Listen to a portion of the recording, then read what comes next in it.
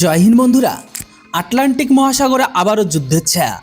মার্কিন নৌবাহিনীর হাতে রাশিয়ার তেলবাহী জাহাজ, পাল্টা টর্পেডোর হুমকি মস্কোর তরফ থেকে। হ্যাঁ, আজ থেকে একদিন আগে আমি আপনাদের ভিডিও বানিয়ে বলেছিলাম, তো এখন খবর বেরিয়ে আসছে সামনে এখন যে আটলান্টিক মহাসাগরের শান্ত জলরেখা ভেঙে হঠাৎ চরম উত্তেজনা দুই দেশের মাঝে। রাশিয়ার একটি তেলবাহী জাহাজকে ধাওয়া করে আটক করেছে মার্কিন উপরক্ষী বাহিনী। আর সেই ঘটনার রেস কাটতে না কাটতেই মস্কো থেকে উঠে এলো যুদ্ধাংদেহী হুঁশিয়ারি। রুশ সদস্যের এক প্রভাবশালী সদস্য সরাসরি প্রেসিডেন্ট ভ্লাদিমির পুতিনকে আবেদন করলেন যে টর্পেডো ছুড়ে আমেরিকার বোটকে সম্পূর্ণ ডুবে দেওয়া হোক।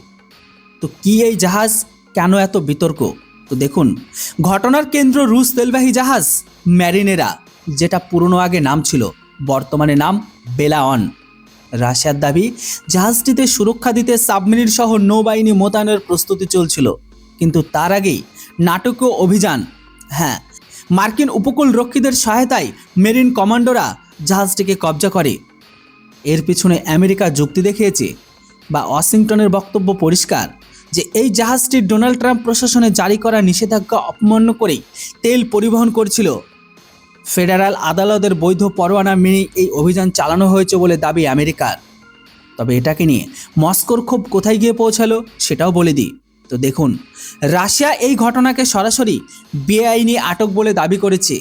রুশ এমপি অ্যালেক্সেই জুরাভেলভ প্রকাশ্যে বিস্ফোরক মন্তব্য করেছেন যে নিজেদের জলসীমা থেকে হাজার হাজার কিলোমিটার দূরে এসে আমেরিকা পাহারা দিচ্ছে, তাই টর্পেডো দিয়ে ওদের জাহাজকে ডুবে দেওয়া উচিত। ভেনেজুয়েলার পরে থেকে আমেরিকার বাড়াবাড়ি বেড়েই চলেছে, গায়ের জোরে থামাতে হবে। এই মন্তব্য আন্তর্জাতিক মহলও কিন্তু এখন তোলপাড়। কিন্তু কি সত্যি যুদ্ধের পথে রাশিয়া? তো দেখুন, এখানে বড় টান হচ্ছে এই বক্তব্য রাশিয়ান সরকার আনুষ্ঠানিক অবস্থান নয়।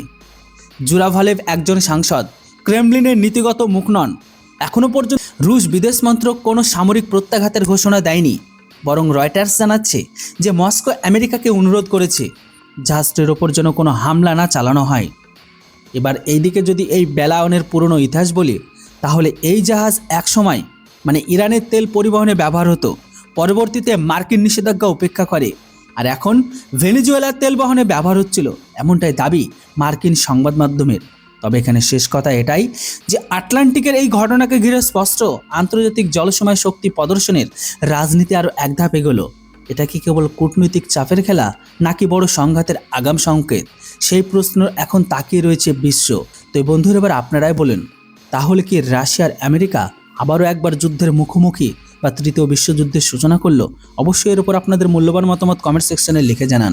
ভিডিও আর ইনফরমেশন এতটুকু ইনফরমেটিভ লাগলে অবশ্যই ভিডিওটিকে লাইক করে চ্যানেলটিতে নতুন হলে সাবস্ক্রাইব করুন। Thanks for watching. Jai Hind, Vande Mataram.